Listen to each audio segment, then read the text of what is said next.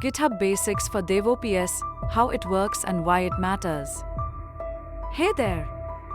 A DevOps expert, and today I'm going to give you a quick overview of GitHub. Think of it like a crash course in code collaboration. So, what exactly is GitHub?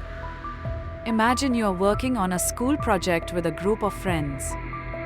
You need a way to keep track of all the changes each person makes. GitHub is like a big, shared notebook for code. It's a platform where you can store your code, keep track of changes, and work together with your team, all in one place. How does GitHub work? Now, how does GitHub actually work? At its core, it uses a system called Git. Why is GitHub important in DevOps? In the world of DevOps, GitHub is a game changer. Imagine you are working on a big project with lots of people. Without GitHub, coordinating changes can be chaotic, but with GitHub. So, next time you hear about GitHub, remember it's all about making coding teamwork easier and more effective. Thanks for tuning in.